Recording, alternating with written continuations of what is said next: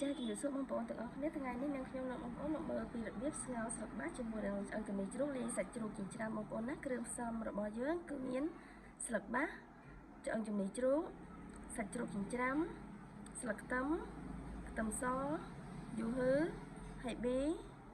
ដុំស៊ុបទឹកត្រីប៊ីចេងនិងស្ករសសម្រាប់សាច់ជ្រូកចិញ្ច្រាំនេះយើងយកសាច់3ជាន់និងសាច់ស្មើមុខមកចិញ្ច្រាំទៅបងប្អូនណាច្រាំវាឲ្យម៉ត់ចឹងទៅសម្រាប់ឆ្អឹងជំនីជ្រូកនេះគឺយើងកាត់វាជាកង់តូចៗទៅស្លឹកបាសនេះយើងបេះអញ្ចឹងបងប្អូននឹងយកតែស្លឹកចឹងមកតើបងប្អូនយើងចាប់ផ្ដើមធ្វើទាំងអស់គ្នា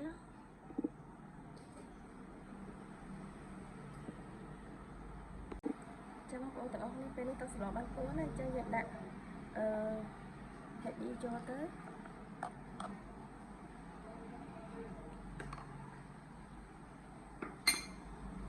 តោះមកគឺយើងដាក់ខ្ទឹមសបងប្អូន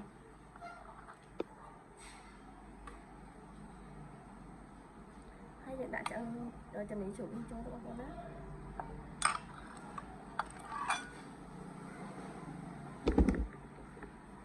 សម្រាប់សាច់ជ្រូកច្រាំគឺយើងអត់ដាក់ឥឡូវទេគឺយើងដាក់ពេលដែលស្លយើងចិត្តឆ្អិនបងប្អូនណា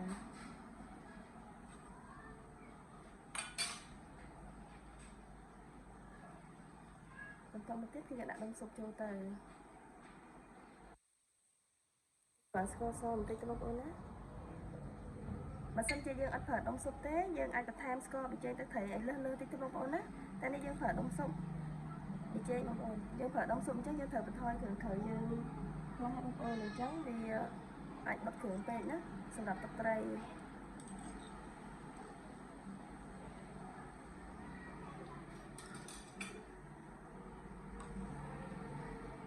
ហើយបើពុះដែលវាមានឡើងមកហ្នឹងគឺយើងដងចោលទៅបងប្អូនណា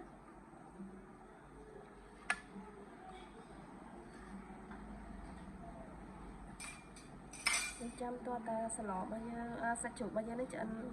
តិចសិនបងប្អូនចាំបងប្អូនស្លរបស់យើងបានពុះហើយណា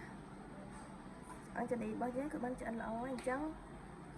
យើងស្លមកពុះនៅជើងទៅបន្តមកទៀតគឺយើងដាក់នេះចូលបងប្អូនស្លឹកបាស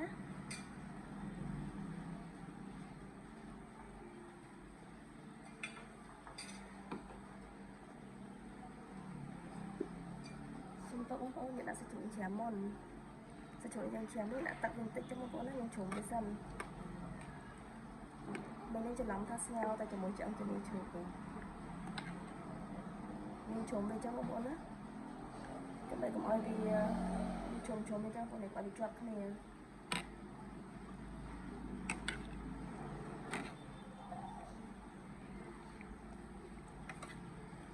ហើយមកយើងចាក់វាចូលបងប្អូន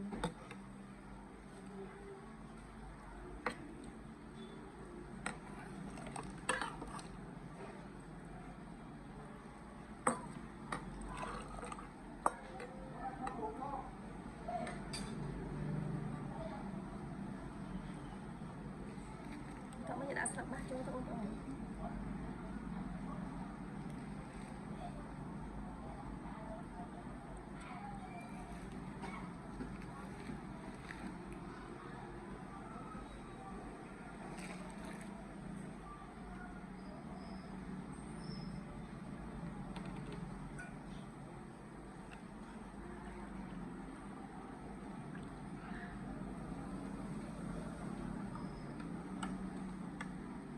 សម្រាប់ស្លឹកខ្ទឹមគឺយើងដាក់ក្រោយគេណាបងប្អូនណា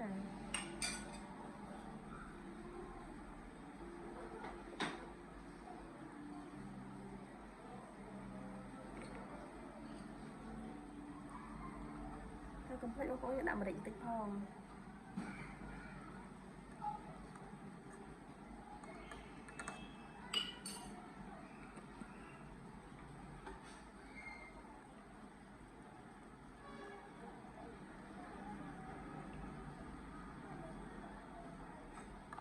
ចាំទឹកស្លរបស់យើងពុះបន្តិចមកគឺឆ្អិនបងប្អូនណា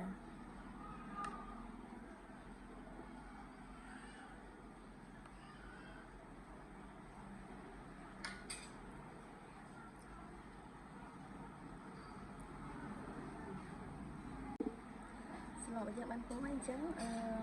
យើងដាក់ស្លឹកខ្ទឹមចូលមក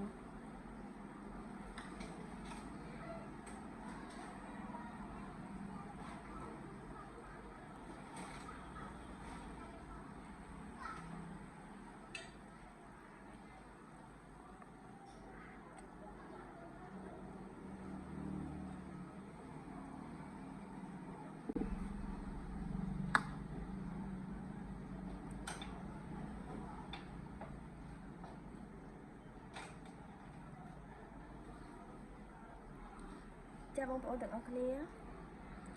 ពេលនេះសម្លស្ងោរស្លឹកបាសជាមួយនឹងឆ្អឹងជំនីជ្រូក